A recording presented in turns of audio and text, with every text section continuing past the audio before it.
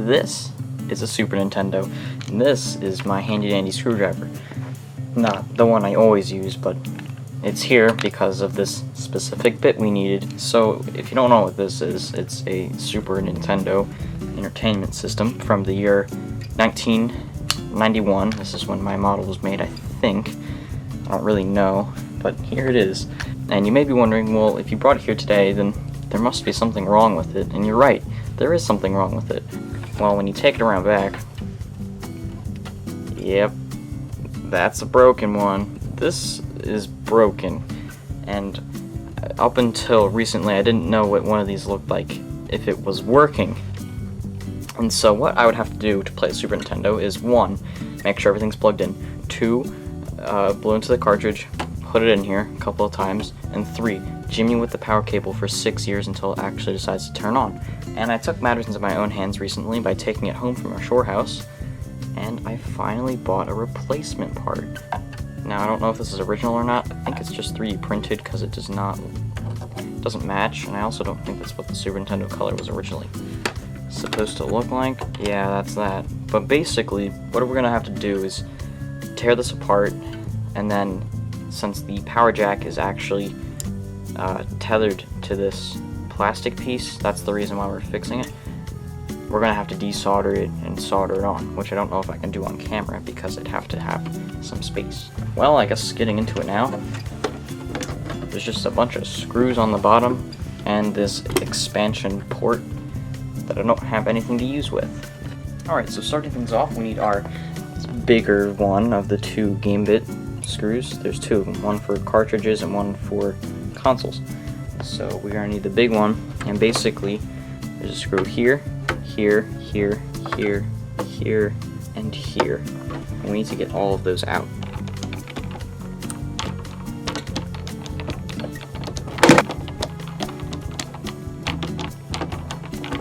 There we go.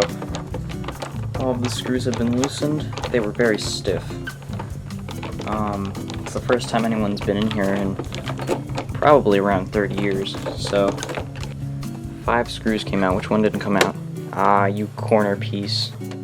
I'm just gonna take it apart with the screw. Yep, there it goes. Okay. Okay. This is more like it.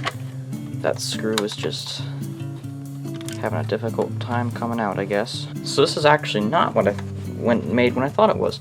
So basically, up top here, you can see there's just a piece of RF shielding. There, on the original first edition models, there was a sound chip or something that went right there, and it's not here, so I guess this was a later model. So that's something I never knew before. So I don't think I thoroughly explained what we're actually going to be doing here. We need to get the motherboard out because we're going to be doing some soldering right around this area for the power jack, of course. The power jack is a part of this whole assembly, as I said earlier, and that's why there's a piece of plastic here. You can see the crack in between the two. So this is just meant to go right in that place. Well, I took that screw out. I'm not exactly sure. Oh, this game port. Gotta take out the game board. Oh, no, we're not in yet. So this is why I said we were not ready yet. There is a screw underneath of that one. We need to take out. And now we can take out this thing. I don't even know what I'm doing. But I know this game thing can come out. Oh! It's all one piece. So you can see here, it kind of inverts what is on the board. So it takes that and inverts it so you can put your game in. So this is what is like kind of on the game, how there's pins on the top and bottom of it, but they're like way closer together than this.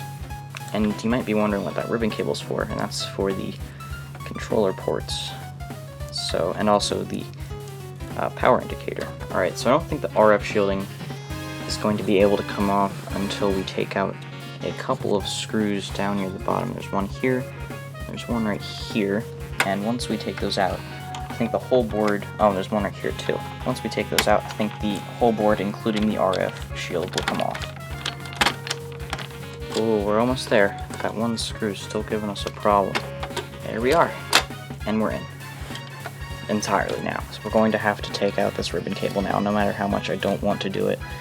It's just something that has to be done here. Now I'm going to take it out this way. There we go. We are completely in. The case is... that is dust, okay. This is what makes a Super Nintendo a Super Nintendo. On the bottom here, you can actually take off the RF shielding. There's just a few screws you have to take off to get in there. But we're mainly interested in this one screw right here. This screw will let us take off the backplate thingy. We might not be able to take this off until we desolder it, actually. Now that I think about it, we won't be able to do that. So I'm going to have to desolder that, and once I have done that, I will probably just put this on off camera. We're back, and it's several hours later, and the soldering job is complete. To you, it will sound seamless, and to me, it was a 5-hour journey. So, basically, you may have noticed there's a power switch and the controller assembly on here now. And that's because I had to test it. You wanna know why I had to test it? Oh, as well as the game thing. Well, the reason why I had to test it was because I was unsure if it still worked, which doesn't seem like much, like, oh yeah, I just did a solder job. Make sure it still works, But no, I legitimately thought it was broken because for 3 hours or so of our soldering job, we literally had nothing left to solder to. And yes, this is the new and improved back panel. It was melted in the process. Am I okay with that? Yeah, I'm okay with that. And basically what happened was, maybe looking at it from the underside, well, we did the solder job. It was treacherous. Literally, the solder pad got ripped off, and we had to make a bead of solder. There was no solder pad, so we had to literally solder to straight, like, copper paper. I don't even know what we were doing, but it worked, okay? It's very great that this is the way that it is right now. And, I'm going to clean off this eject button and all the other buttons, because as you can see, it looks fine right here, and then like over here it's like, oh.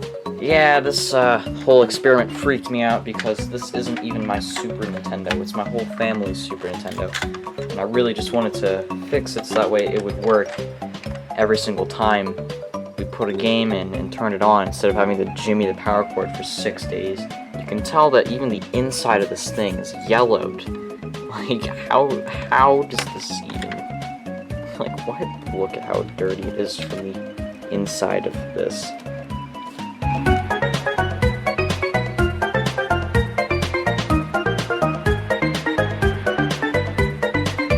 There it is. Well, you can't really see it that great. There it is.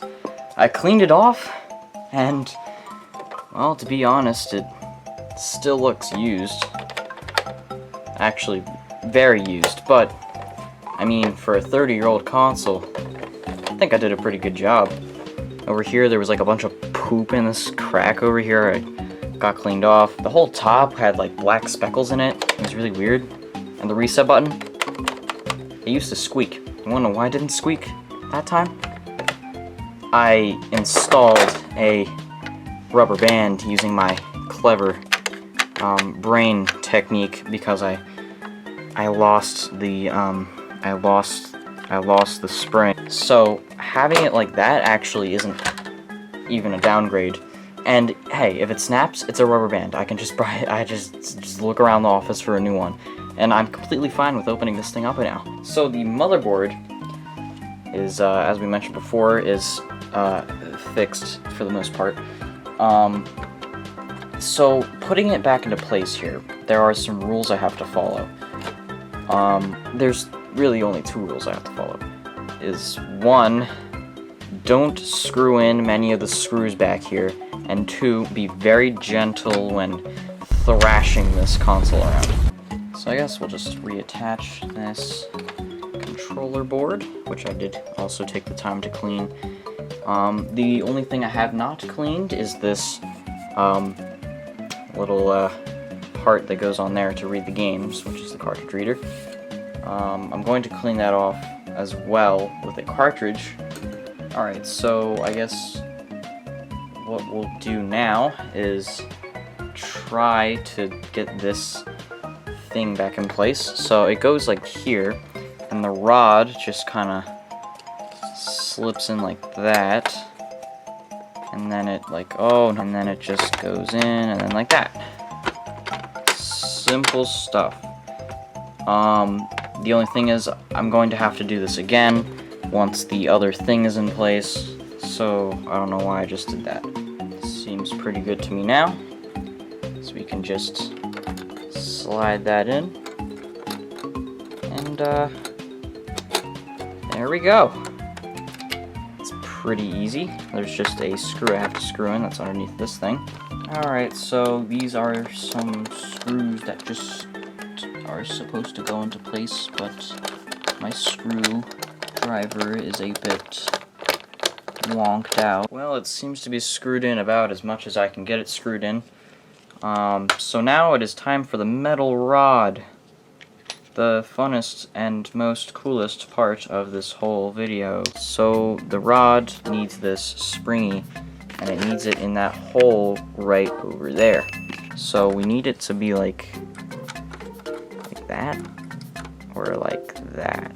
Seems more like this, yes, like this. So basically what we're gonna do with the spring is make the rod behave itself and like spring the whole thing up. Okay, it fits a lot better like this. I think I'm gonna try it like this and see the outcome.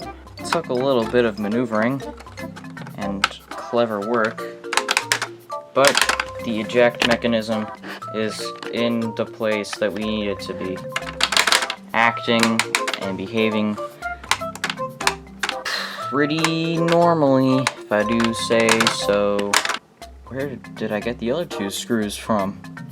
So I'm just gonna toss all these screws in a little bit of tape, and then just tape it on the inside, because there's really nowhere else for me to keep them other than in some tape inside of the console.